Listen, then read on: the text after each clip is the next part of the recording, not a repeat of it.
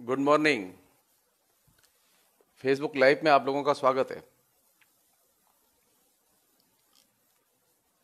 आज की बातचीत का हम लोगों का विषय है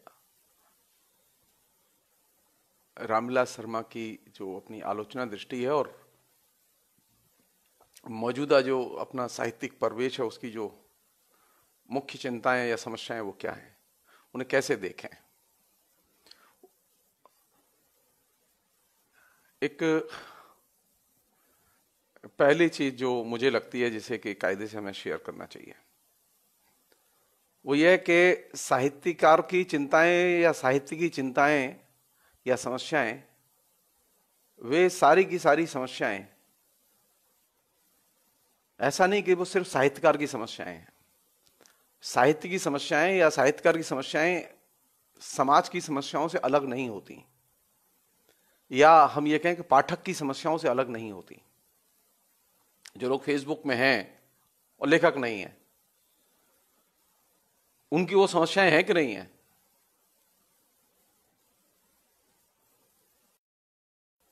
उनकी भी वो समस्याएं हैं। इसलिए जब हम ये कहते हैं कि साहित्य की समस्याएं, तो एक संदर्भ के तौर पर उसका इस्तेमाल करते हैं, लेकिन साहित्यकार की जो चिंताएं और समस्याएं हैं, उन समस्याओं का दायरा सिर्फ साहित्यकार की कृति और साहित्यकार के निजी जीवन तक नहीं फैला हुआ, बल्कि उसका दायरा बहुत बड़े एरिया को कवर करता है। और ये चीज हमें समझनी चाहिए कि साहित्य की जितनी भी समस्याएं और चिंताएं हैं, वे वस्तुतः समाज की चिंता और समस्याएं हैं। कोई विशेष समस्याएं साहित्य की हों, मैं ये मानने के लिए तैयार नहीं हूं। इसलिए जब साहित्यकार पर बात की जाएगी, समस्याओं पर बात की जाएगी, तो उन समस्याओं का दायरा उसका एक छोर आलोचना में या रचना में है और दूसरा छोर उसका साहित्य का समाज में है, और ये दोनों छोर मिलके ही उसका एक पूरा का पूरा कैनवास खड़ा होता है। मेरा यहां मकसद जो है रामविलास शर्मा की जीवनी बताने का नहीं है। रामविलास शर्मा की बहुत अच्छी किताब है जो आत्मकथा लिखी है उन्होंने, अपनी धरती अपने लोग। आप लोग अपने तरीके से पढ़ सकते हैं उसे, बहुत ही अच्छी किताब है। और मेरा ये मकसद अलग है। अभी कोई गंभीर मकसद नहीं है। जिसे कहें कि इस कोरोना के पीरियड में हम बहुत हल्की और सरल सहज बातें ही कर सकते हैं। हो सकता है उसमें कुछ अच्छी बातें निकल आए बातचीत में। मैं कह नहीं सकता कि वो कितना सार्थक हो पाएगा, कि अच्छी निकलेंगी कि नहीं निकलेंगी, लेकिन जो चीज मुझे इंपॉर्टेंट लगती है, जिसे मैं आपसे शेयर करना चाहता हूं। रामविलास शर्मा ने बहुत लिखा है। रामविलास शर्मा ने इतना शानदार लिखा है कि उसको पढ़ा कम गया है। उनके लिखे को, उनकी किताबें कम पढ़ी गई। उन्होंने किताबें बहुत लिखी और बहुत अच्छी अच्छी किताबें लिखी हैं। उन्होंने आलोचना पे किताबें लिखी हैं, उन्होंने राजनीति पे किताबें लिखी हैं, उन्हें दूसरे और किताबें लिखी हैं, लेकिन पढ़े कम गए हैं। भाषा विज्ञान तो उनका बहुत सबसे प्रिय क्षेत्र है, भाषा सबसे प्रिय क्षेत्र है। और ये जो भाषा पर जो उन्होंने काम किया, उसकी तो मिनिमम चर्चा हुई है, बल्कि ये कहना ज्यादा ठीक होगा कि उस पर कोई चर्चा ही नहीं हुई है। नामवर जी से एक इंटरव्यू में एक व्यक्ति ने पूछा कि आपने रामविलास जी कौन कौन किताबें पढ़ी हैं, तो शॉकिंग इंफॉर्मेशन ये सामने आई कि नामवर जी ने उनकी मुश्किल से 4-5 किताबें पढ़ी थी। वो इंटरव्यू है मोस्ट प्रॉब्ली वो इंटरव्यू है उद्भावना ने जो रामविलास शर्मा पर एक ह्यूज वॉल्यूम निकाली थी, उस वॉल्यूम में वो इंटरव्यू है। तो अगर रामविलास शर्मा के लेखन की स्थिति यह है कि वह जो लिख रहे हैं उसको कम से कम लोग पढ़ रहे हैं, तो जाहिर है कि उन पर बातचीत करते समय असुविधा तो रहेगी। बहुत कम लोग हैं जिन्होंने रामविलास शर्मा को थॉरोली उनकी हर किताब पढ़ी है, ऐसे बहुत कम लोग हैं। और उनकी किताबें लगातार आई हैं। वो हिंदी की उस परंपरा के लेखक हैं जिस परंपरा में राहुल सांकृत्यायन थे। वो हिंदी की उस परंपरा के लेखक हैं जिस परंपरा ने बड़े पैमाने पर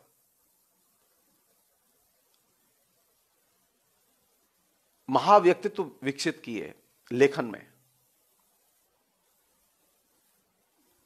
रामविलास शर्मा को मैं निजी तौर पर हिंदी की आलोचना का ही नहीं, भारत की आलोचना का एक महत्वपूर्ण और बड़ा आलोचक मानता हूं।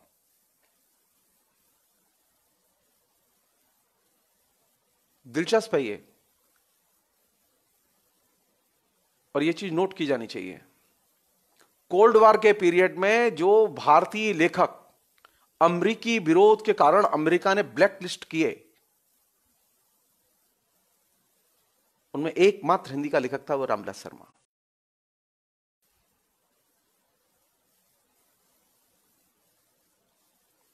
रामविलास शर्मा ने एक ऐसे दौर में मार्क्सवाद की हिफाजत की और मार्क्सवाद का विकास किया जबकि लोग मार्क्सवाद छोड़कर भाग रहे थे, मार्क्सवाद के पक्ष में नहीं लिख रहे थे।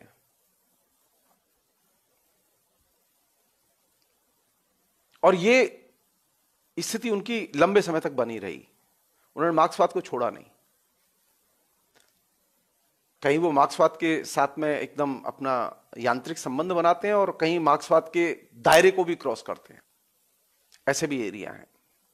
इसलिए रामविलास शर्मा पर बात करते समय बहुत बड़ा कैनवास है उनका। वो तमाम किस्म की दर्शन की परंपराओं में जाते हैं, विचारधाराओं की परंपरा में जाते हैं, वो साहित्य की परंपराओं में जाते हैं।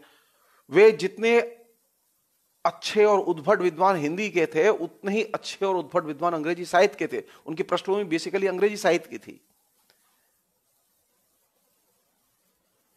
और वे मार्क्सवादी सिर्फ किताब पढ़ के नहीं हुए थे, वे एक्टिविस्ट भी थे। तो पहली बार एक एक्टिविस्ट राइटर की इमेज और कॉन्सेप्ट को निर्मित करने में रामविलास शर्मा की बहुत बड़ी भूमिका है।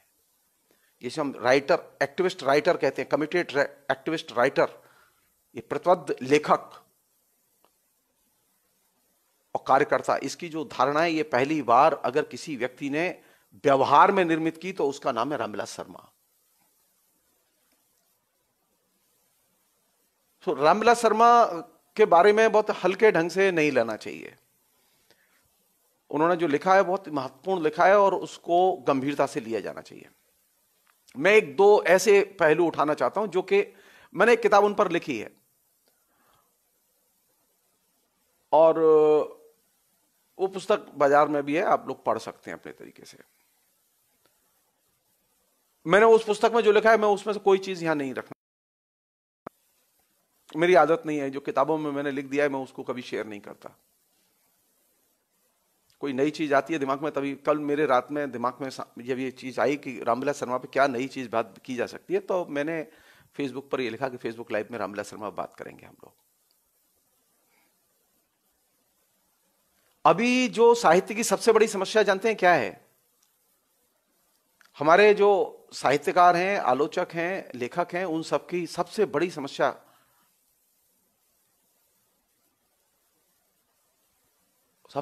यह है कि आलोचक और लेखक का अपना पक्ष नहीं है।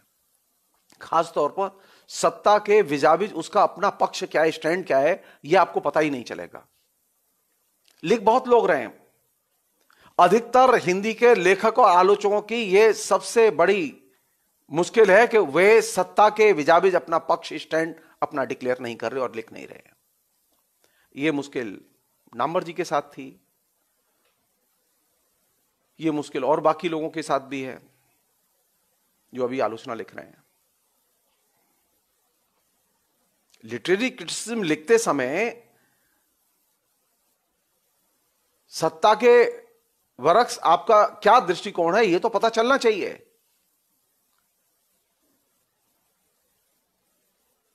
यह कैसे संभव है कि कोई आलोचक कबीर पर किताब लिखे, कोई आलोचक रीतकाल पर किताब लिखे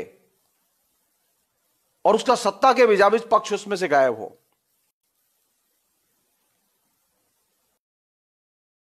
ये जो इस तरह की जो संरचनावादी आलोचना है जिसमें कि सत्ता का पक्ष गायब रहता है, इस आलोचना की नींव सबसे पहले रखी गई हजारी प्रसाद द्विवेदी के यहां।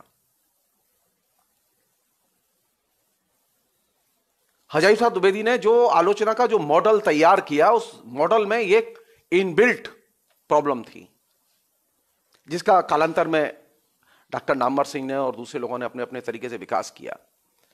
हजारी प्रसाद द्विवेदी की आलोचना इतनी शानदार और इतनी अपीलिंग है, पढ़ने में इतना पकड़ती है कि वो आपको अंदर ले जाके बंद कर लेती है। आपको पता ही नहीं चलेगा हजारी प्रसाद द्विवेदी का सत्ता के बिजाबी स्टैंड क्या है।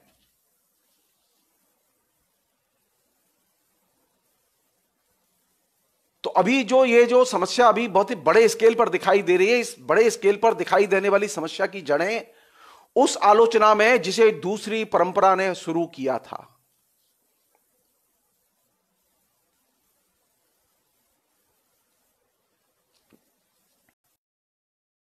जानते हैं, जो साहित्य पढ़ते हैं, रामविलास शर्मा ने दूसरी परंपरा की बहुत गंभीर आलोचना लिखी है। खासतौर पर हजारी प्रसाद द्विवेदी और उनके संदर्भ में जो नामवर जी ने लिखा था उसकी बहुत तीखी आलोचना लिखी है। कभी उसकी डिटेल्स में बाद में बात करेंगे, लेकिन मैं जो चीज आपसे शेयर करना चाहता हूं वो ये कि उनकी दो किताबें बहुत इंपॉर्टेंट जो मुझे याद आ रही हैं। अभी मेरे पास किताब नहीं तो मैं आपको अंश सुनाता। एक है उनकी घर की बात, जिसमें उनके फैमिली मेंबरों ने क्या क्या लिखा है, सोचा है। और एक है अपनी धरती अपने लोग, जो उनकी आत्मकथा है। हिंदी में वो पहले आलोचक हैं, पहले लेखक हैं। पूरे भारतीय साहित्य में बंगला के रविन्द्रनाथ टैगोर के बाद में दूसरे लेखक हैं।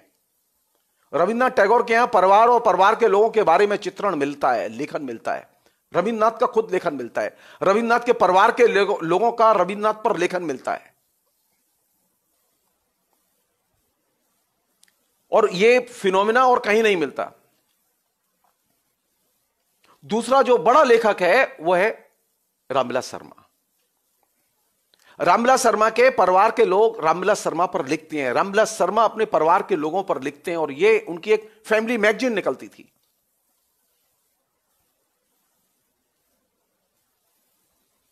परिवार के लोगों के बारे में वो क्या सोचते हैं और परिवार के लोग उनके बारे में क्या सोचते हैं, इस पर पूरी एक किताब है, घर की बात। विलक्षण चीज है ये।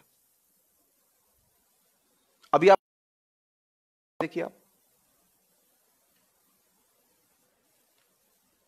आपको किसी भी लेखक का परिवार और परिवार के लोगों का संबंध उस लेखक के साथ क्या है, क्या सोचते हैं वो लोग, आपको पता नहीं चलेगा।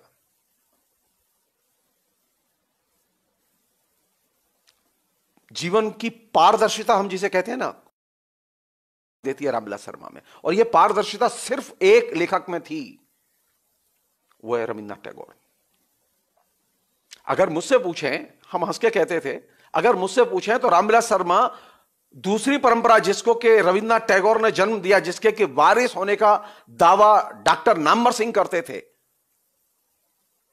दूसरी परंपरा की खोज या दूसरी परंपरा का निर्माण कायदे से इन प्रैक्टिस तो रामविलास शर्मा ने किया। नामवर जी ने अपने परिवार के बारे में कभी, शिव कुमार मिश्र, रमेश कुंतल मेघ, प्रकाश चंद्र गुप्त, रांगे राघव, ये तमाम जितने बड़े लेखक रहे हैं जो प्रगतिशील आलोचना से जुड़े रहे हैं, उनका अपने परिवार और परिवार के लोगों का उन पर लेखन नहीं मिलता। कोई ट्रांसपेरेंसी नहीं है। हजारी प्रसाद द्विवेदी की ह्यूज राइटिंग है, परिवार के बारे में नहीं मिलता।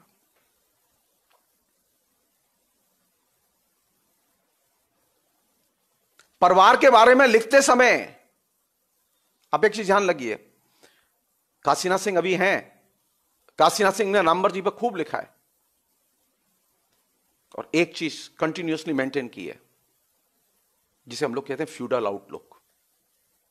फ्यूडल आउटलुक की ब्यूटी यह है कि वह हायरार्की को आपके नजरिए में बनाए रखता है।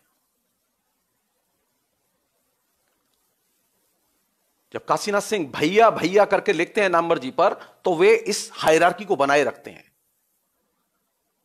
आप रामविलास शर्मा के परिवार के लोगों को देखिए, आप परिवार के लोगों के बीच में कहीं पे भी किसी के को लेके एक दूसरे के बीच में हायरार्की मिलेगी ही नहीं। कैसा होना चाहिए परिवार? रामविलास शर्मा से क्या सीखे हम लोग?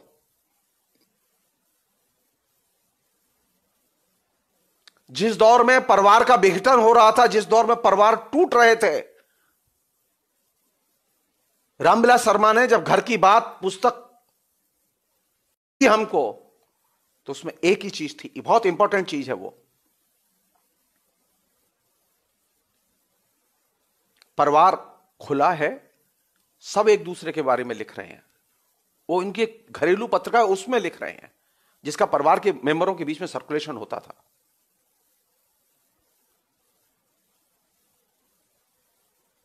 और किस आधार पर लिख रहे हैं? वहां कोई हायरार्की नहीं है, वहां कोई छोटे बड़े का भेद नहीं है, वहां पिता पुत्र का भेद नहीं है, वहां ससुर और बहू का भेद नहीं है। सारे लोग एक पर्सन की तरह दाखिल होते हैं और व्यक्ति की तरह एक दूसरे को देखते हैं, एक दूसरे के बारे में राय व्यक्त करते हैं। और ये जो चीज है, ये सबसे पॉजिटिव चीज है, एकदम कंप्लीट मॉडर्न।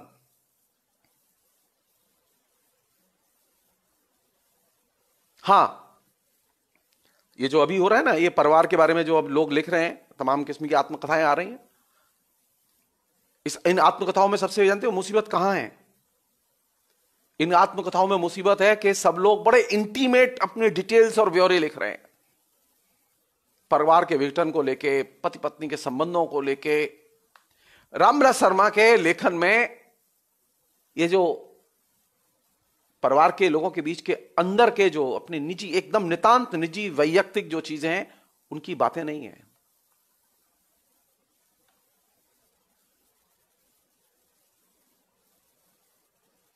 तो परिवार कैसा हो और परिवार का चरित्र कैसा हो, मॉडर्न परिवार कैसा हो, अगर इसे सीखना हो तो आप घर की बात पढ़िए। एक छोटा सा यंग बच्चा भी है, वो भी राय रखता है अपनी, एक बहू है वो भी राय रखती है अपनी।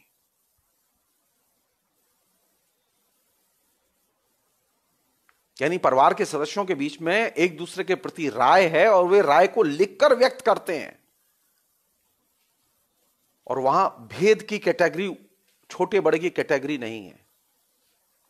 सो मुझे लगता है कि जब हम आधुनिक साहित्य पर, आधुनिक साहित्य की समस्याओं पर बात करें, रामविलास शर्मा के संदर्भ में बात करें, तो ये जो एक नई आइडियल जो फैमिली की, परिवार की जो सिचुएशन है, परिस्थिति है, घटनाएं हैं, जिनका वहां चित्रण मिलता है, इसे कायदे से पढ़ा जाना चाहिए, सीखा जाना चाहिए।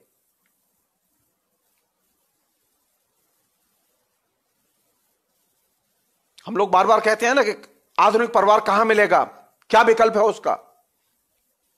परिवार तो टूट रहा है लगातार। मैंने एक बार मार्क्स पर बात करते हुए समय भी यह बात कही थी कि मार्क्स की चिंताओं के केंद्र में परिवार है।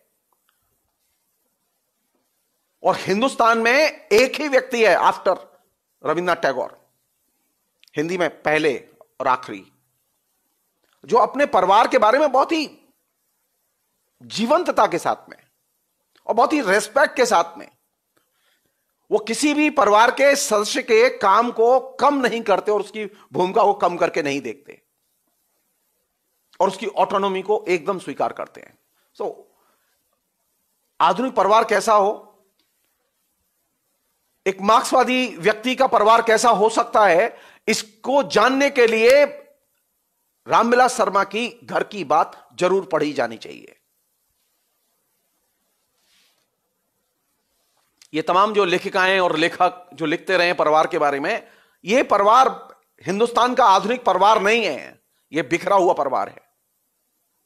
एक सुसंगत, सुसंगठित परिवार कैसा होगा, जिसमें के लोग एक दूसरे से प्यार करेंगे और एक दूसरे से जुड़े हुए होंगे, एक दूसरे की रेस्पेक्ट करेंगे और कोई छोटे बड़े का भेद नहीं होगा। यह अगर जानना है तो रामविलास शर्मा की पुस्तक बेहद महत्वपूर्ण है और इसकी कोई चर्चा नहीं होती, हिंदी में कोई चर्चा नहीं होती।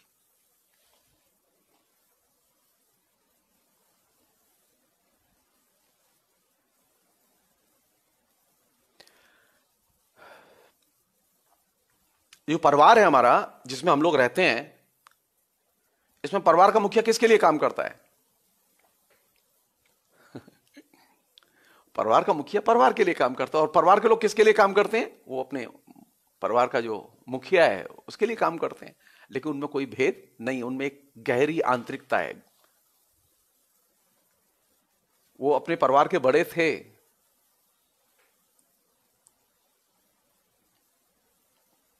वो परिवार के आंतरिक रिलेशंस को, हर व्यक्ति के साथ में संबंध को वो,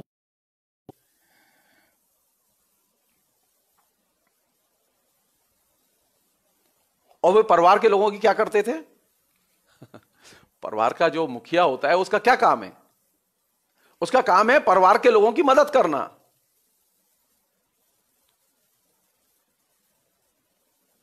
रामविलास शर्मा ने परिवार जैसे संस्थान को कैसा आइडियल परिवार होना चाहिए वो हिंदी के लोगों के लिए बना के दिया, आचरण में दिखा के दिया।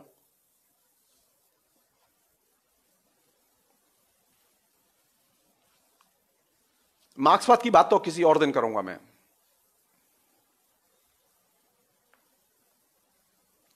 फिर रिपीट कर रहा हूं, आप लोग घर की बात पढ़िए और एक बार कोशिश तो कीजिए। वो कितनी रेस्पेक्ट करते अपनी पत्नी की, नाम नहीं लेते उसका, मालकिन कहते हैं। हमारे यहां एक आदत है ना, एक किताब लिखते हैं तो कहते हैं मेरी इस पुस्तक को लिखने में मेरी पत्नी ने बड़ी मदद की, मुझे घर का काम नहीं कराया, मैंने किताब लिखता रहा, मैं उसके लिए किताब समर्पित करता हूं। रामविलास शर्मा ने कभी कहीं किसी किताब पर यह नहीं लिखा कि इस पुस्तक को लिखने में उनकी पत्नी ने मदद की, क्योंकि वो अपने घर के सारे काम संभालती रही और वे लिखते पढ़ते रहे। लेकिन जब आत्मकथा लिखने गए तो उन्होंने बाकायदा उस पूरी शक्ति खर्च की उस पर।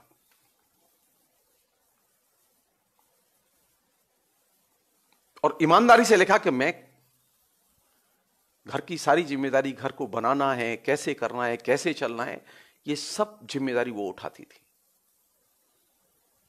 लेकिन ढोंग नहीं किया जो हिंदी के लेखक करते हैं। हिंदी के लेखक क्या करते हैं? वो हर किताब के साथ में एक ढोंग करते हैं।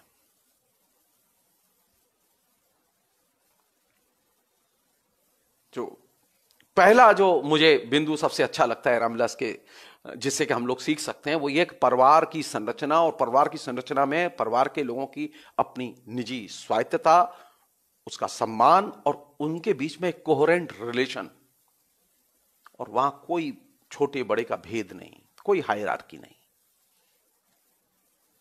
बेहद सिंपल।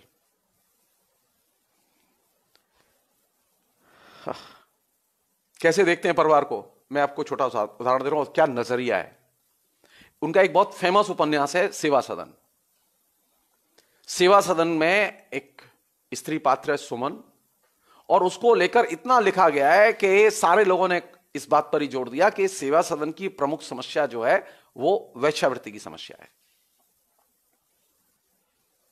रामविलास शर्मा ने इसे अंडरलाइन किया, बार बार अंडरलाइन किया कि सेवा सदन की सुमन की समस्या वेश्यावृत्ति की समस्या नहीं है, बल्कि वह स्त्री समस्या है।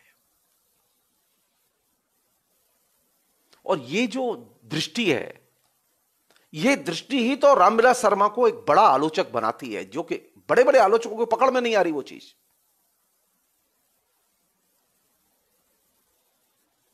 तो साहित्य पढ़ते समय कहां से देखेंगे हम?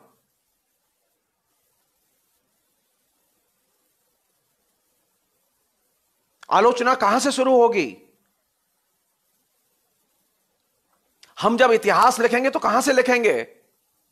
रामविलास शर्मा ने हर युग के लेखकों के ऊपर रचनाएं लिखी हैं। रामविलास शर्मा के प्रिय कवि थे तुलसीदास, जैसे कि रामचंद्र शुक्ल के थे।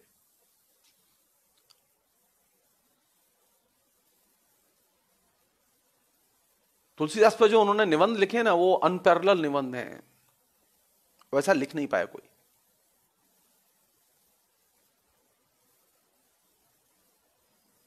लेकिन यह है कि सबसे कम चर्चा है उसकी।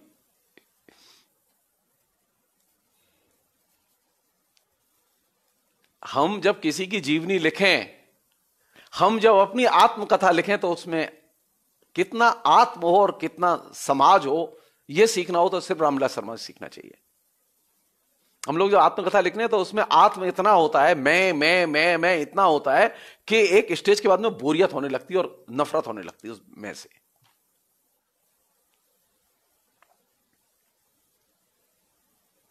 रामविलास शर्मा की दो चीजें हैं बहुत इंपॉर्टेंट। इस प्रसंग में एक उनकी अपनी खुद की लिखी हुई आत्मकथा है, अपनी धरती अपने लोग, और दूसरी है उनकी लिखी हुई जीवनी निराला की साहित्य साधना 3 वॉल्यूम में। उसमें 2 वॉल्यूम में, एक वॉल्यूम जीवन पर है, दूसरा वॉल्यूम साहित्य पर है, और तीसरे वॉल्यूम में निराला के लेटर्स हैं, और बहुत ही शानदार है। पत्रों से आत्मकथा लिखी जा सकती है, यह चीज सीखनी हो तो निराला की साहित्य साधना पढ़नी चाहिए। रामविलास शर्मा को इस बात का श्रेय जाता है हिंदी में, उन्होंने पत्र को एक जैनर बना दिया, जो पर्सनल पत्र थे। और जो जीवनी लिखी है और अपनी आत्मकथा लिखी है, दोनों में एक चीज बड़ी कॉमन है, वहां मैं नहीं है। जब निराला पर लिख रहे हैं तो वहां निराला का भी मैं नहीं है। निराला उनके बहुत करीब दोस्त थे, उनके बीच में बहुत ही मजबूत दोस्ती थी। वो निराला की एक एक बात को बड़ी निर्ममता से लिखते हैं और बड़े ऑब्जेक्टिव ढंग से लिखते हैं, कोई पहलू छूटा नहीं है। निराला सपने भी कैसे देखते थे यह तक लिखा हुआ है उसमें। निराला अपनी विक्षिप्तावस्था में किस दौर से, किस पीड़ा से गुजर रहे थे, कैसा सोचते, सब लिखा है, कोई चीज नहीं छूटी है। अच्छी बुरी सारी चीजें लिखी हैं। लेकिन सबसे इंपॉर्टेंट चीज जो उसमें फैली हुई है पूरे दोनों वॉल्यूम में, और आत्मकथा वाला जो फर्स्ट वॉल्यूम है उसमें तो ये जो निराला की साधना का जो पहला वॉल्यूम है उसमें तो वो चीज एकदम मुकर्रर तौर पर है कि किसी भी लेखक के जीवन के निर्माण के उपकरण उसकी जीवन की परिस्थितियां होती हैं।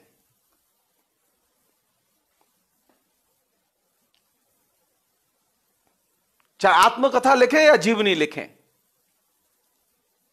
व्यक्ति का निर्माण कैसे होता है? व्यक्ति का निर्माण होता है उसकी जीवन की भौतिक परिस्थितियों के दौरान।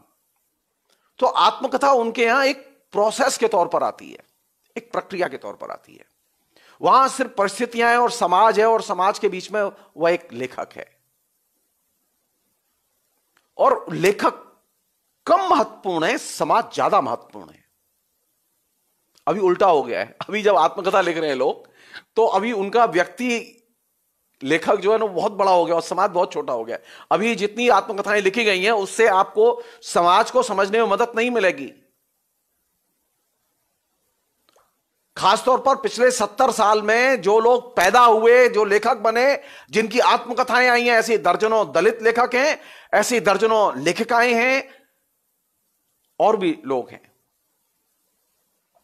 लेकिन उन आत्मकथाओं को पढ़ के या उन जीवन समाज के बारे में, उस दौर के समाज के बारे में न्यूनतम जानकारी हासिल कर सकते हैं।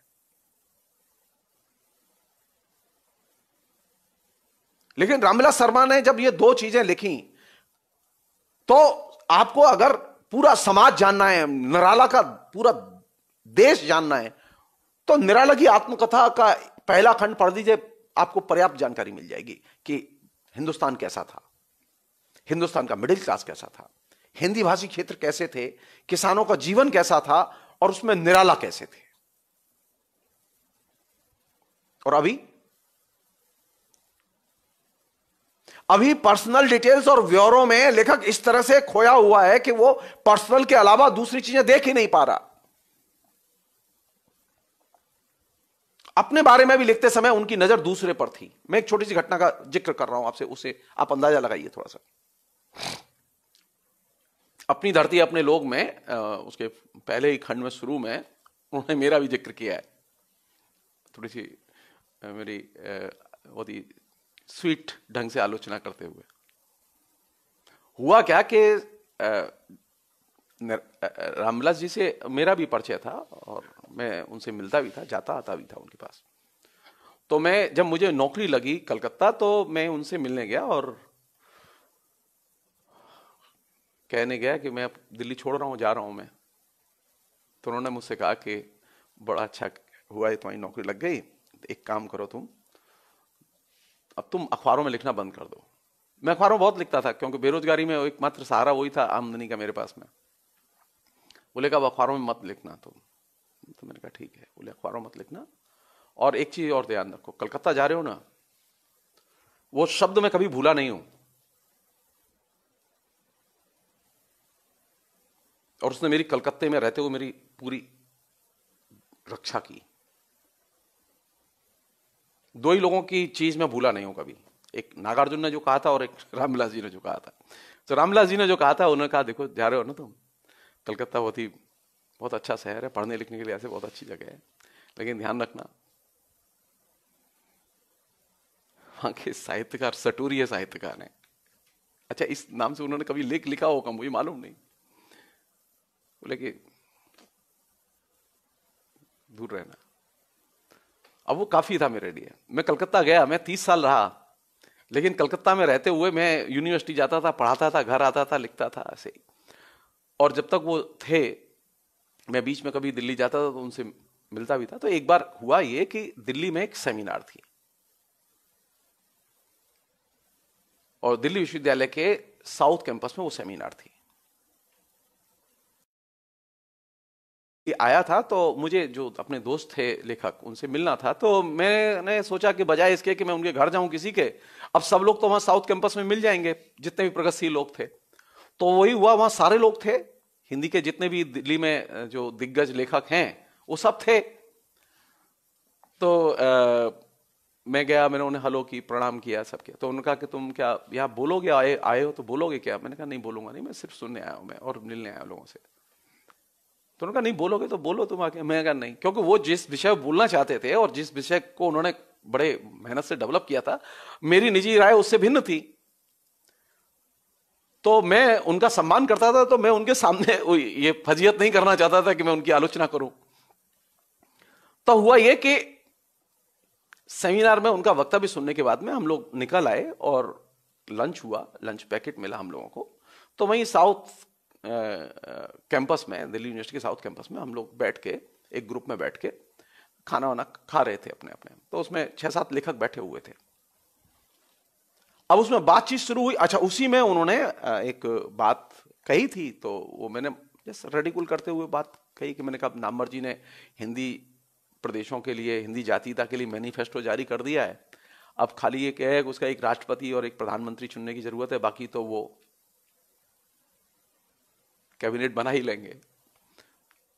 तो मैंने मजाक में, अब वहां एक व्यक्ति बैठे हुए थे, मैं नाम नहीं लेना चाहता उनका, जो कि रामविलास जी के बड़े परम भक्त थे, और वो रामविलास जी के लिए जासूसी का काम करते थे। तो उन्होंने क्या किया, वहां जो बातचीत सारी हो रही थी, उन्होंने एक इंग्लैंड लेटर पर लिख के रामविलास जी को पोस्ट कर दी। रामविलास जी की जब पुस्तक अपनी धरती अपने लोग आई, तो मैंने आते ही उनसे बातचीत के बाद पता चला कि पुस्तक आ गई है। तो मैंने आते ही, मैं कलकत्ते में जाके मैंने बाजार से खरीदी वो पुस्तक, पढ़ी, और पढ़ने के बाद में मैं एकदम थोड़ा सा दुखी हुआ, क्योंकि उन्होंने मेरा जिक्र किया था उसमें, क्योंकि मैं जो उपहास कर रहा था उनकी उस धारणा का। मेरा कोई लेना देना नहीं, लेकिन किस तरह से लोग सोचते हैं उसे भी वो नोटिस करते हैं। ये घटना मैं सिर्फ इसलिए बता रहा हूं, अपने बारे में नहीं, अपने से अधिक दूसरों के बारे में। आत्मकथा लिखते समय अपने से अधिक समाज के बारे में, जीवनी लिखते समय लेखक के बारे में कम, लेखक से इतर जो व्यापक समाज है उसके बारे में ज्यादा, उसके साथ उसके रिलेशंस पर ज्यादा लिखा उन्होंने। और यह चीज सीखने की है। हमारे लोग रामविलास शर्मा से क्या सीखें? परिवार कैसा हो, परिवार की संरचना कैसी हो, यह सीखें।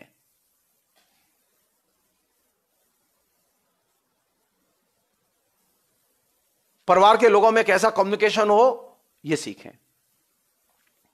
दूसरी चीज क्या सीखें कि जब जीवनी लिखें, अपनी आत्मकथा लिखने की फैशन चल रही है अभी, तो आत्मकथा लिखते समय क्या आत्म पर कम, समाज पर बल ज्यादा हो, सामाजिक परिस्थितियों के चित्रण और मूल्यांकन पर जोर ज्यादा हो, और सामाजिक परिस्थितियों का चित्रण करते समय क्रिटिकली लिखें, अनक्रिटिकली नहीं।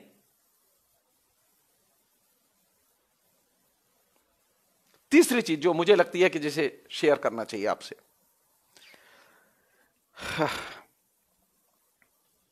वो ये कि जब वे इतिहास पर बात करते हैं और ये जो चीज इतिहास में है वो चीज वहां पे भी है। वो उन्होंने आलोचना की किताबें लिखी हैं, और उस आलोचना की किताब लिखते समय उनसे उन्होंने एक मॉडल चुना है अपने लिए, जैसे महायुषाद द्विवेदी, हिंदी नवजागरण, भारतेंदु हरिश्चंद्र, यानी व्यक्ति केंद्रित, नायक केंद्रित आलोचना की उन्होंने पूरी पूरी किताबें लिखी हैं। और ये मॉडल अपने आप में थोड़ा सा प्रॉब्लमेटिक है। साहित्य के इतिहास को नायक केंद्रित इतिहास के तौर पर नहीं लिखा जाना चाहिए, ये प्रॉब्लमेटिक है। फिर भी इस स्थिति के बावजूद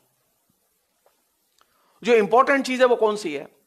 वो रामविलास शर्मा जब लिख रहे हैं तो वो रामचंद्र शुक्ल पर लिखते हैं, वो हजारीसाद द्विवेदी पर लिखते हैं, वो नामवर सिंह पर लिखते हैं, वो बहुत सारी चीजों पर लिखते हैं साहित्य के इतिहास में आलोचना की किताबें। अनेक लेखकों के ऊपर उन्होंने लिखा है।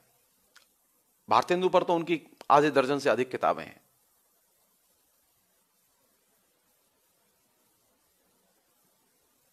आलोचना का काम क्या है, या इतिहास का काम क्या है? क्यों लिख रहे हैं हम लोग इतिहास? हम क्या करना चाहते हैं? आलोचना का काम है या इतिहास का काम है ज्ञान को संकलित करना। वो जब बहुत ही गंभीर मुठभेड़ में बहस करते हैं तब भी नॉलेज इस पर सबसे ज्यादा जोर है कि ज्ञान को कितना संकलित किया जाए और ज्ञान को कैसे विश्लेषित किया जाए। व्यक्तिगत कम, ज्ञान पर जोर ज्यादा। अभी क्या स्थिति है? अभी स्थिति है कि व्यक्तिगत डिटेल्स और विवरण पर ज्यादा जोर है, ज्ञान की खोज पर कम जोर है, और ज्ञान के पहलुओं के मूल्यांकन पर कम जोर है। आप उनकी कोई पुस्तक उठाइए, मैं एक नमूने के तौर पर एक पुस्तक चुन रहा हूं मैं, और मैं चाहता हूं कि आप लोग भी पढ़ें। मसलन हमने ये मान रखा था कि साहित्य की जो धारणा है उस धारणा में साहित्य की विधाएं आती हैं, कहानी, कविता, उपन्यास, नाटक वगैरह, आत्मकथा, ये सब आती हैं, साहित्य की विधाएं ये सब आती हैं साहित्य में, और इन्हीं से साहित्य बनता है।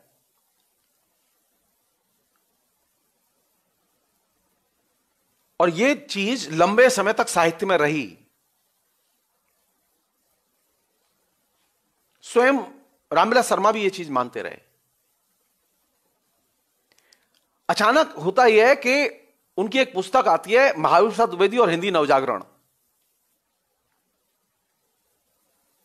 मेरे ख्याल में 78 या 79 में वो पुस्तक आती है। और वो पुस्तक जब आती है, अब मैं जब आपसे ये बात कर रहा हूं तो मुझसे हो सकता है कोई चूक वूक भी हो जाए वो वर्ष को लेकर, क्योंकि मेरे पास कोई किताब नहीं है।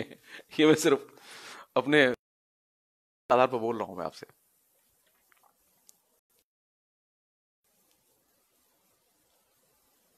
वह जो पुस्तक आई, उस पुस्तक में एक बहुत इंपॉर्टेंट डिपार्चर था। साहित्य की अवधारणा को लेकर एक महत्वपूर्ण प्रस्थान बिंदु जो बदल गया था। महायुषाद द्विवेदी और हिंदी नवजागरण नामक पुस्तक जब लिखी, और साहित्य की अवधारणा को लेकर, साहित्य के दायरे को लेकर, साहित्यिक पत्रिकाओं की भूमिका को लेकर, वह सरस्वती पत्रिका को केंद्र में रखकर वो किताब लिखी गई है। मजेदार बात यह कि उस पुस्तक में क्या नहीं है। साहित्य तो है, साहित्य की भाषा पर भी है, लेकिन उसमें राजनीति है, उसमें अर्थनीति है, उसमें ज्योतिष है, उसमें और भी चीजें हैं। साहित्य का नया दृष्टिकोण,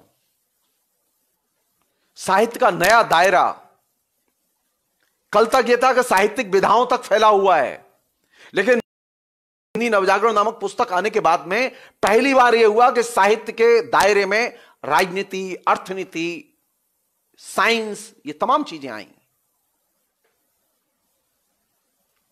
और ये अपने आप में एक बड़ा डिपार्चर है।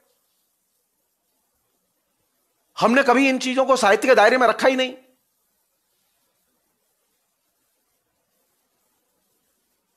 हमने इस बात पर कभी बहस ही नहीं की कि अंधविश्वासों को लेके, नास्तिकता को लेके ये साहित्य के प्रश्न हैं। लेकिन रामविलास शर्मा ने की।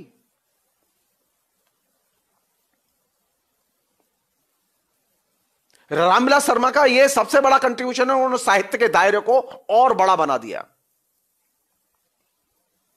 पहले हम बात करते थे प्रेमचंद पर, हम बात करते थे भारतेंदु हरिश्चंद्र पर, हम बात यह नहीं करते थे कि अंग्रेजी राज्य में कैसे शोषण हुआ।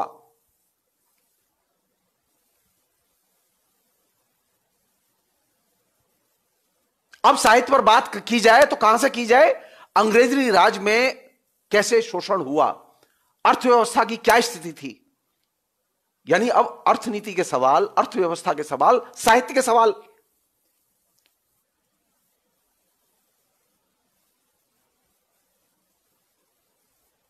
अंधविश्वासों के सवाल, अंधविश्वासों से लड़ने वाला जो लेखन है वो साहित्य का लेखन। यह तो एक नई चीज थी जो कि पहले कभी नहीं थी। हिंदी साहित्य में ही नहीं, किसी भी किस्म के साहित्य में यह चीज पहले नहीं थी। साहित्य के दायरे में पहली बार इतना बड़ा हिस्सा कि हिंदी में जो लिखा जा रहा है उसे अब साहित्य ही नहीं लेखन मानो। साहित्य कैटेगरी से वो लेखन की कैटेगरी में शिफ्ट करते हैं, और ये बहुत बहुत ही बड़ी शिफ्ट है।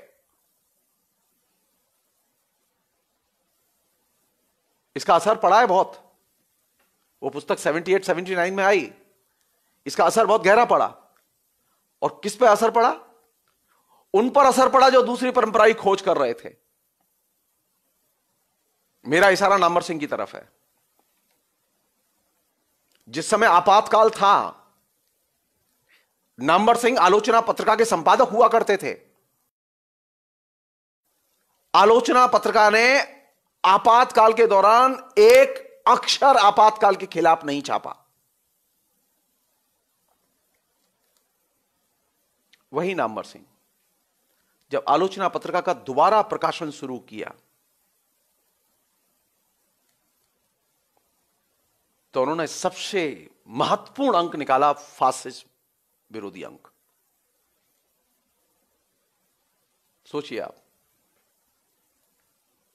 आप ये सोचिए 78 79 में रामविलास शर्मा साहित्य के दायरे में राजनीति, अर्थनीति, समाज विज्ञान, तमाम चीजों को शामिल करते हैं। पहली बार साहित्य की एक महत्वपूर्ण पत्रिका जो गैर साहित्यिक विषयों पर कभी कोई चीज नहीं छापती थी, आलोचना के दोबारा प्रकाशन के पहले के आलोचना के अंक उठाए जाएं और आलोचना के दोबारा प्रकाशन के बाद के अंक उठाए जाएं।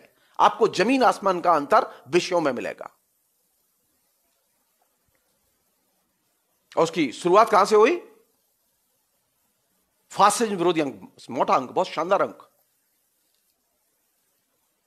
बहुत शानदार। उसका संपादकीय लिखा नामवर जी ने, अकल्पनीय।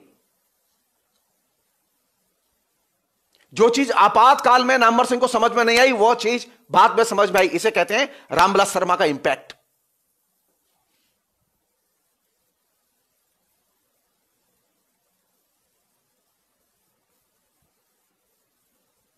रामविलास शर्मा की उस पुस्तक के आने के बाद में हिंदी साहित्य के वे तमाम साहित्यिक पत्रकार और संपादक, उनका नजरिया बदल गया।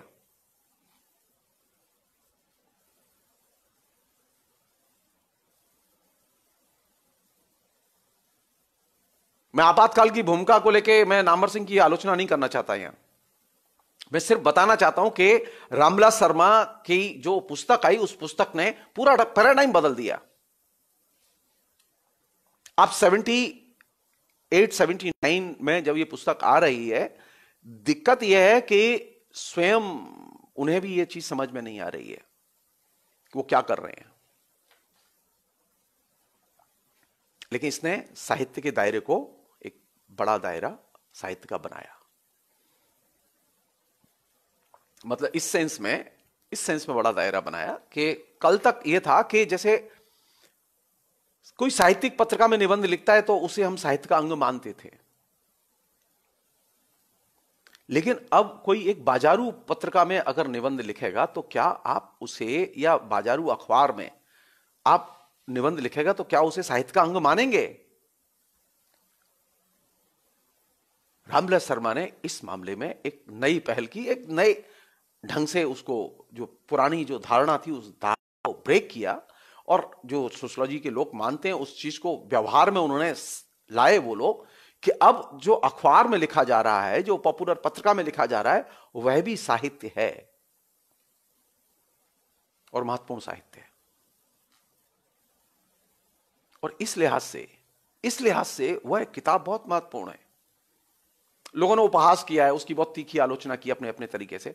आप ये मत सोचिए कि उसमें जो वर्गीकरण किए गए हैं नवजागरण के, वो वर्गीकरण ठीक हैं, वो सही है, गलत की बात नहीं है। सवाल यह है कि साहित्य का दायरा क्या है। डॉक्टर मैनेजर पांडे नामवर जी ने भी उस पर बहुत अटैक किया कि उन्होंने जो नवजागरण की कैटेगरी बनाई और नवजागरण जहां खत्म होता है, वो कैटेगरी ठीक नहीं है। इंपॉर्टेंट नवजागरण की कैटेगरी नहीं है, इंपॉर्टेंट है साहित्य का कॉन्सेप्ट और साहित्य का दायरा जो वो परिभाषित करते हैं।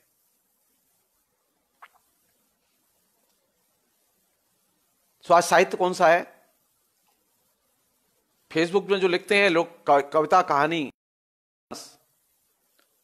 वो साहित्य में आएगा कि नहीं आएगा? आएगा। जो हिंदी में गद्य लिख रहे हैं वो साहित्य में आएगा। जो ईमेल में भेज रहे हैं वो गद्य आएगा। अगर लेखक के ईमेल हैं तो वो ईमेल वैसे ही ट्रीट किए जाएंगे जैसे लेखक की चिट्ठियां। जो नया शिफ्ट है वो इस मामले में बहुत महत्वपूर्ण शिफ्ट है। एक और चीज है जो कि आखिरी बात कह के मैं इसे रोकूंगा मैं यहां, और बहुत इंपॉर्टेंट चीज है वो। रामविलास शर्मा ने अपनी सुविधा के लिए यह तय किया 1952-53 में ही कि वो अब कंटेम्प्रेरी साहित्य पर नहीं लिखेंगे, कंटेम्प्रेरी साहित्य में जो छप रहा है उस पर नहीं लिखेंगे। और अपनी सुविधा से उन्होंने, एक कोई भी आलोचक अपनी सुविधा से अपने लिए पैराडाइम शिफ्ट कर सकता है कि वो अब क्या लिखे क्या न लिखे।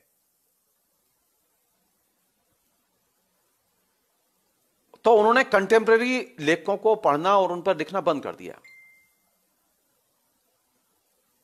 पढ़ते थे निजी तौर पर वो, लेकिन लिखते नहीं थे।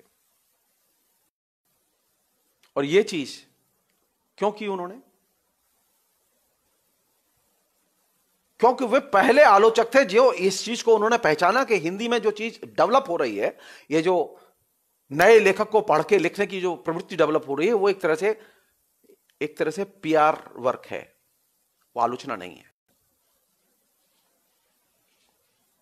नामवर जी ने ये पीआर वर्क बहुत किया है, रामविलास शर्मा ने नहीं किया। और भी हिंदी के आलोचक हैं जो पीआर वर्क करते रहे हैं कि वो कंटेम्प्रेरी लेखक की किताब चुनते हैं, उस पर लिखते हैं।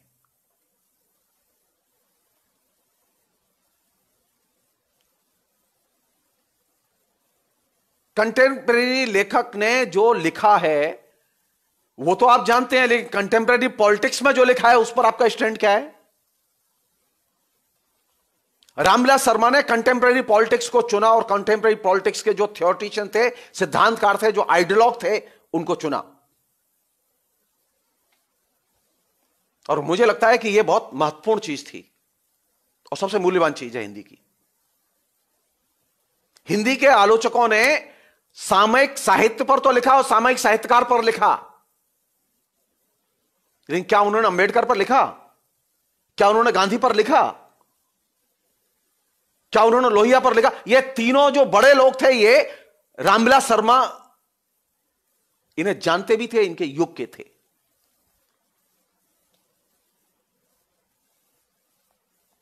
तो रामविलास शर्मा का सबसे बड़ा कंट्रीब्यूशन क्या है कि वे अपने कंटेम्प्रेरी पॉलिटिक्स और पॉलिटिक्स से जुड़े हुए जो आइकॉन है उन पर लिखते हैं और महत्वपूर्ण लिखते हैं।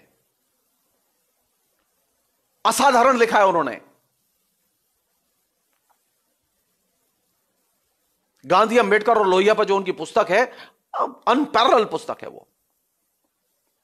और गांधी, लोहिया और अंबेडकर ही क्यों, वो पश्चिम के भी अनेक लेखकों के बारे में जो कि कंटेम्प्रेरी हैं, उनके बारे में भी उन्होंने लिखा और बहुत महत्वपूर्ण लिखा। मैं जो चीज शेयर करना चाहता हूं ये कि समसामयिक साहित्य लेखक या आलोचक जो भी हैं, वो जब किसी कृति का मूल्यांकन करते हैं तो वो उनकी मूल्यांकन में दिलचस्पी कम होती है, पीआर वर्क में दिलचस्पी ज्यादा होती है। वो जनसंपर्क के नियमों के तहत वो आलोचना लिखते हैं, उसका आलोचना से कोई संबंध नहीं है। और इसलिए जितना लिखा गया है उससे कहीं कोई आलोचना विकसित नहीं हुई। अभी भी आलोचना विकसित करने के लिए आपको महत्वपूर्ण कृति और कृतिकार की जरूरत पड़ती है किसी भी आलोचना को विकसित करने के लिए। पीआर वर्क वाले लोगों की आप कोई आलोचना याद करके दिखाइए, कोई मूल्यवान बात लिखी हो, या उनके बाद के जितने आलोचक हैं, मैं नाम नहीं लेना चाहता क्योंकि नाम लेते ही नाराज हो जाते हैं लोग। एकमात्र नामवर जी में यह आदत थी कि वो नाराज नहीं होते थे। आप अच्छा लें बुरा लें नाम लें, कोई दिक्कत नहीं है।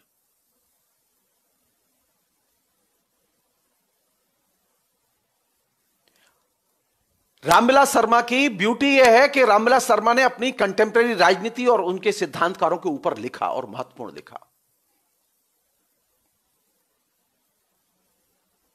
और उसे हिंदी साहित्य का हिस्सा बना के लिखा।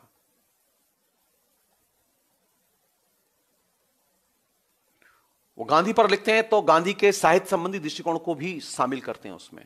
वो गांधी के सिर्फ राजनीतिक विचार शामिल नहीं करते। वो लोहिया पर लिखते हैं तो लोहिया के भी साहित्य संबंधी दृष्टिकोण की वो चर्चा करते हैं, भाषा संबंधी दृष्टिकोण की चर्चा करते हैं। ठीक यही चीज, यही पद्धति उन्होंने अंबेडकर पर लागू की, यही चीज उन्होंने दूसरे लोगों पर लागू की।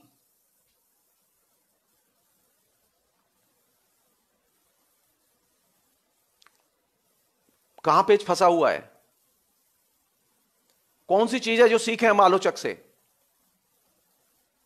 आलोचना का काम है और आलोचक का काम है उसका सत्ता के वरक्स स्टैंड होना चाहिए, राजनीति के वरक्स स्टैंड होना चाहिए, वो जलेबी ना बनाए।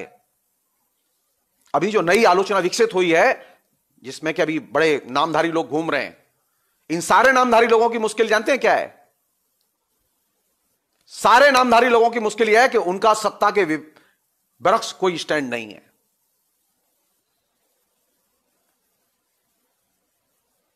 रामविलास शर्मा ने एक सत्ता के वरक्स अपना स्टैंड रखा, हमेशा रखा। वे जब आलोचना लिखने गए, राजनीतिक विचार लिखने गए, साहित्य का इतिहास लिखने गए, साहित्यकार के जीवन पर लिखने गए, तो उनके दिमाग में बार बार वर्तमान था कि इस अतीत को, मैं इतिहास को जब मैं लिखने जा रहा हूं, जो मैं ज्ञान वहां से बटोर कर ला रहा हूं, उसका वर्तमान से क्या संबंध बनता है,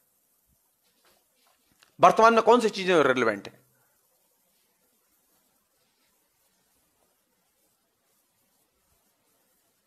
संभवतः मैं इसलिए कह रहा हूं क्योंकि मैंने सबको तो नहीं पढ़ा अभी। संभवतः रामविलास शर्मा अकेले बड़े आलोचक हैं जो सेक्युलर क्रिटिसिज्म शब्द का मैं जानबूझ के इस्तेमाल कर रहा हूं, धर्मनिरपेक्ष आलोचना का सबसे बड़ा कैनवास बनाते हैं। वो धर्मनिरपेक्ष आलोचना जिसको कि एक जमाने में एडवर्ड सईद ने विकसित किया था।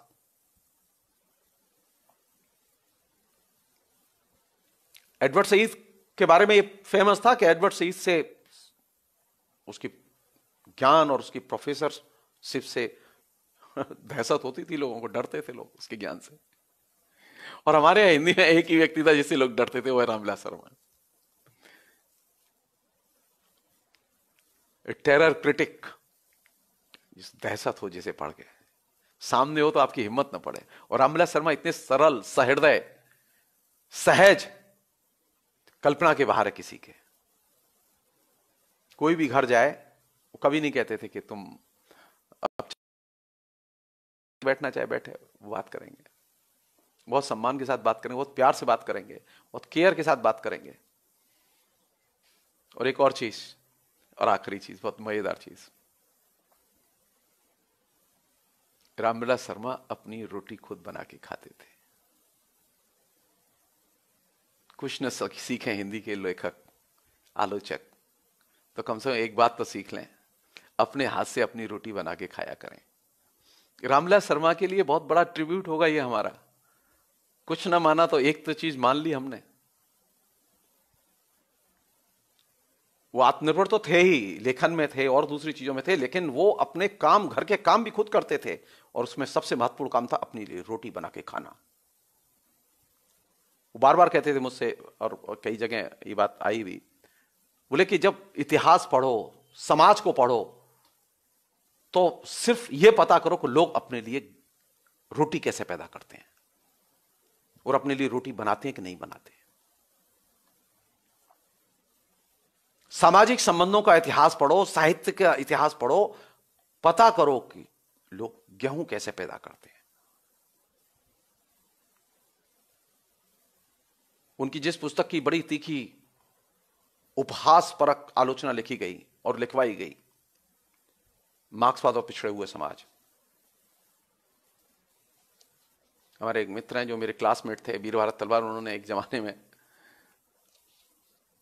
पिछड़ा हुआ मार्क्सवाद और पिछड़ा हुआ समाज, कुछ इसी तरह शीर्षक से आलोचना भी लिखी थी, बहुत ही खराब आलोचना लिखी थी। मार्क्सवाद और पिछड़े हुए समाज एक ऐसी पुस्तक है जो कि हर हिंदी वाले को पढ़नी चाहिए।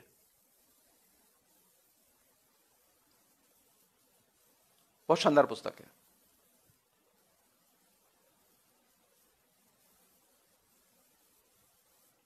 पहली बार हिंदी में किसी आलोचक ने पहली बार परिवार संस्था के अंदर के ताने वाने पर बहुत सुंदर ढंग से लिखा है। बातें मार्क्सवाद के जरिए हुई हैं, मार्क्स एंगल्स के जरिए हुई हैं, लेकिन बहुत शानदार लिखा है।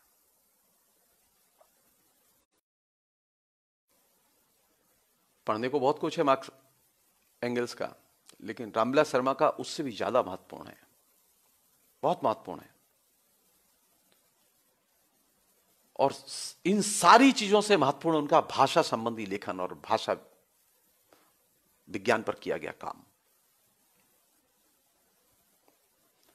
हिंदी में किसी ने इतना बड़ा काम नहीं किया। भारतीय भाषा परिवार और हिंदी को लेके 3 खंडों में जो काम किया उन्होंने, उसके बाद में उन्होंने जो भाषा और समाज, उसके अलावा जो पुस्तक है उनकी भाषा और समाज, वो अनपैरेलल किताब है वो। और हिंदी में सबसे खराब टिप्पणियां और समीक्षा उस पर लिखी गई है।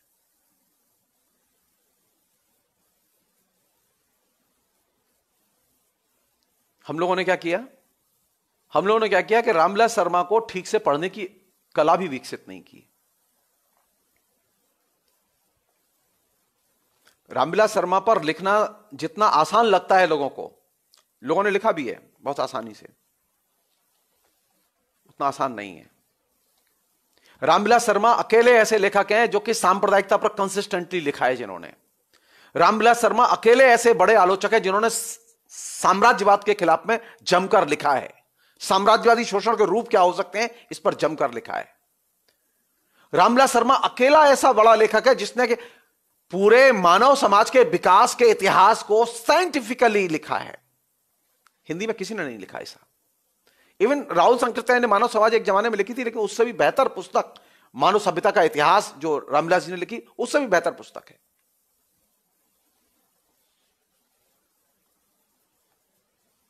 हम लोगों ने क्या किया? हम लोगों ने यह किया कि रामविलास शर्मा के ऊपर अटैक करते हुए, और खासतौर पर अटैक किसने किया? नामवर सिंह ने और दूसरे लोगों ने, और कहा कि रामविलास शर्मा की तो जानते हैं मुश्किल यह है कि अब तो आरएसएस की तरफ जा रहे हैं, वो वेदों की तरफ लौट रहे हैं, तो इसका मतलब आरएसएस की तरफ जा रहे हैं, वो सांप्रदायिक बन रहे हैं। तमाम लोगों ने इस तरह की चीजें लिखी जो कि एकदम सही नहीं है। रुझान हो सकता है कि आपको लगे ऐसा, लेकिन ऐसा नहीं है। उन्होंने सबसे गंभीर आलोचना आरएसएस की और फासिज्म की लिखी है।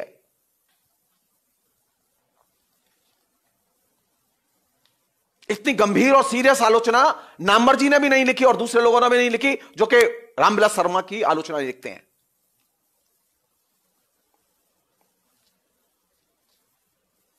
इसलिए मैं रिपीट कर रहा हूं इस चीज को।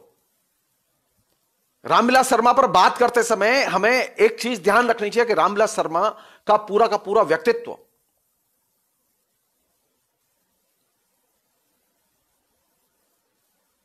समग्रता में भारतीय समाज और विश्व समाज को देखता था।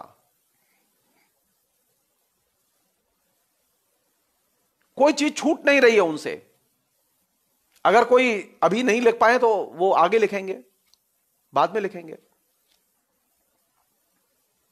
जितनी भी मिनिमम सामग्री मिल जाएगी उसी पर ही लिखेंगे, लेकिन लिखेंगे।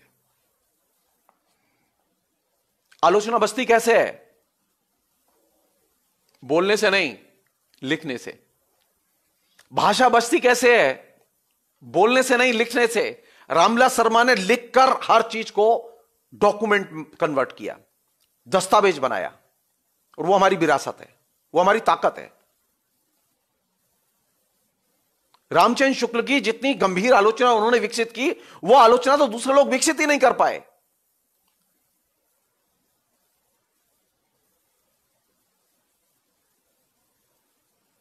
तो आलोचना का काम क्या है? आलोचना का काम है वह आपकी नॉलेज में इजाफा करे और साथ साथ यह है कि आपको आलोचना को प्रोसेस में देखने का नजरिया दे। रामविलास शर्मा ने जो आलोचना लिखी, उस आलोचना की ब्यूटी वर्ग नहीं है, उस आलोचना की ब्यूटी है कि आलोचना वहां प्रोसेस का नाम है, वहां प्रक्रिया में चीजें घटती हैं, वहां प्रक्रिया में चीजें व्याख्यायित होती हैं। इसलिए जब हम आलोचना लिखें तो हम चीजों को प्रोसेस में देखें। और जो सबसे बड़ी चुनौती है वो क्या है? उनकी जो आत्मकथा है उसका शीर्षक क्या है? अपनी धरती अपने लोग। आलोचक का काम है, लेखक का काम है कि वह अपनी भाषा, अपने लोग, अपना समाज, इससे प्यार करे। रामविलास शर्मा ने लिखा है कि सबसे बड़ी मुश्किल जानते हैं कहां है? मार्क्स और पिछड़े हुए समाज में। इस समाज में मध्य वर्ग में सबसे बड़ी मुश्किल है। उन्होंने लिखा है कि सामाजिक होगी, लेकिन दिक्कत यह है कि मध्य वर्ग सो गया है। हमारे यहां मजदूर हैं, किसान हैं, सब लड़ने के लिए तैयार है, लेकिन मध्य वर्ग उठ के खड़ा होने के लिए तैयार नहीं है। और सामाजिक परिवर्तन के लिए मध्य वर्ग का उठ के खड़ा होना बेहद जरूरी है। ये जो आरएसएस की आपको ताकत दिखाई दे रही है ना, मोदी की जो एक सो कॉल्ड जो फासिस्ट गिरोह नीचे दिखाई दे रहे हैं जो काम करते हुए, कहां से आए वो? उस तमाम मध्य वर्ग से आए हैं। चुनौती किस बात की है? इनलाइटेंड किया जाए, जागृत किया जाए, मध्य वर्ग को सोए हुए से को जगाए। आपको सामाजिक परिवर्तन करना है, और यह चीज और कहीं नहीं, मार्क्स और पिछड़े हुए समाज पुस्तक में उन्होंने लिखी। और इस चीज को हमारे दोस्त पहचान नहीं पाए। वो समझाने लगे पिछड़ा हुआ मार्क्सवाद। नहीं नहीं, रामविलास के ऊपर हिंदी में आलोचना लिखी गई सब्जेक्टिव ढंग से, ऑब्जेक्टिव ढंग से नहीं।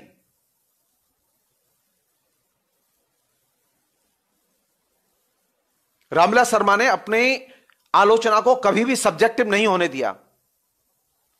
वो जब तर्क करते थे और किसी के खिलाफ लिखते थे तो जम के लिखते थे।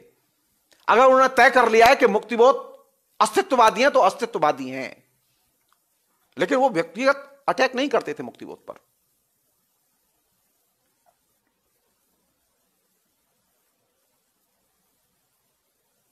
सब्जेक्टिव नहीं होते थे वो, उनके कुछ तर्क थे, उनकी बात में वजन था, उनकी बात में एक दो वजन है मुक्तिबोध को लेके। वो डिटेल्स छोड़ दीजिए। मनोविज्ञान को लेके, मनोविश्लेषण शास्त्र को लेके मुक्तिबोध का एक खास तरह का ऑब्सेशन था, वो है, और उसी चीज को तो वो अटैक करते हैं। तो मैं एक छोटी सी चीज आपसे शेयर करना चाहता हूं, यह कि हमारे पास में आलोचना दृष्टि तो हो, ऑब्सेशन नहीं होना चाहिए, सब्जेक्टिविटी नहीं होनी चाहिए। हम बात तो करें लेकिन सब्जेक्टिव होकर नहीं, ऑब्जेक्टिव होकर। हम आलोचना लिखें, तीखी आलोचना लिखें, लेकिन ऑब्जेक्टिव होकर। रामविलास शर्मा ने अपने मित्र की आलोचना लिखी है। रामविलास शर्मा ने निराला की जो आलोचना लिखी है, निराला उनके एकदम लंगोटिया यार थे, दोस्त थे। क्या शानदार आलोचना लिखी है।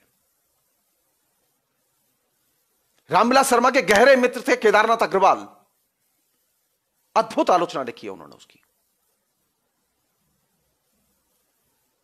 हम आलोचना को प्रभावित नहीं होने दें मित्रता से। अभी क्या स्थिति है? अभी आलोचना लिखी ही नहीं जा रही, सिर्फ मित्रता लिखी जा रही है। जो नया साहित्य का संकट है वो ये है कि वो पीआर वर्क करता है या फिर फ्रेंडशिप निभाना लेखन में आलोचना नहीं है। आलोचना का काम है वह क्रिटिकल सेंस पैदा करे, आलोचनात्मक विवेक पैदा करे, वह नॉलेज पैदा करे। और आलोचना को प्रोसेस में देखे। मेरे पास जो कुछ है वो मैंने दूसरों से अर्जित किया, वो एक प्रक्रिया में मुझे मिला है, मेरा कोई एक्सक्लूसिव नहीं है। चीजों को प्रक्रिया में देखें और कौन सी चीज निर्णायक है। व्यक्ति निर्णायक नहीं है, परिस्थितियां।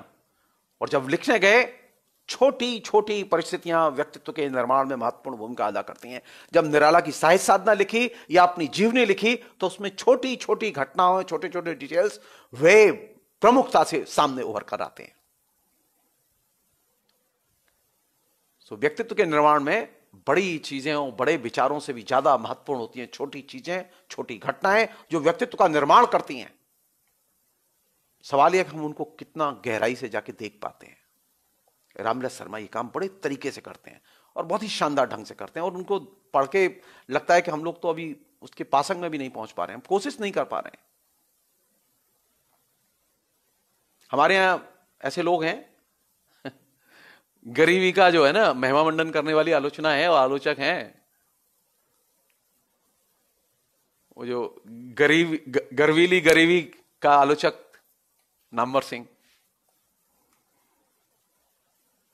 नामवर सिंह से भी ज्यादा भयानक गरीबी थी रामविलास जी के यहां, लेकिन रामविलास जी ने कभी गरीबी का महिमा मंडन नहीं किया। अभाव रामविलास जी ने भी झेला है, लेकिन कभी कोई जिक्र नहीं, एक आध लाइन लिखी हो। और हमारे यहां गरीबी का तो महिमा मंडन ऐसे करते हैं जैसे गरीबी ना हुई उनके लिए एक तरह से वो अलाउद्दीन का चिराग हो गई। जी नहीं, गरीबी महिमा मंडन की चीज नहीं है, और महिमा मंडन करके अपने को महिमा मंडित करने की कोशिश नहीं करनी चाहिए। यह आलोचना का दूसरा लेसन रामविलास जी ने दिया। आलोचक के बारे में लिखते समय उसकी परिस्थितियां और उन परिस्थितियों से जुड़ा हुआ समाज और उनकी प्रक्रियाएं वे महत्वपूर्ण हैं, उसकी गरीबी महत्वपूर्ण नहीं है। इसीलिए रामविलास शर्मा है, वो दूसरों से नहीं मिलते।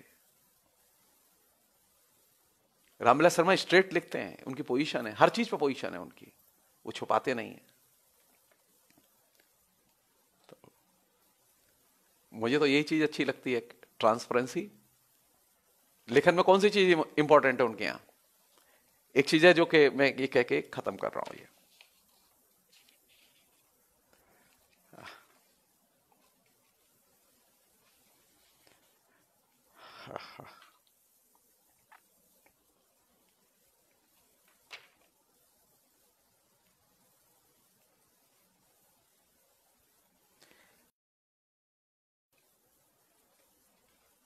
रामविलास जी ने लिखते समय जितने लेखकों पर लिखा है और अपने पर लिखा है, जो भी सबको मिला के एक वन लाइनर।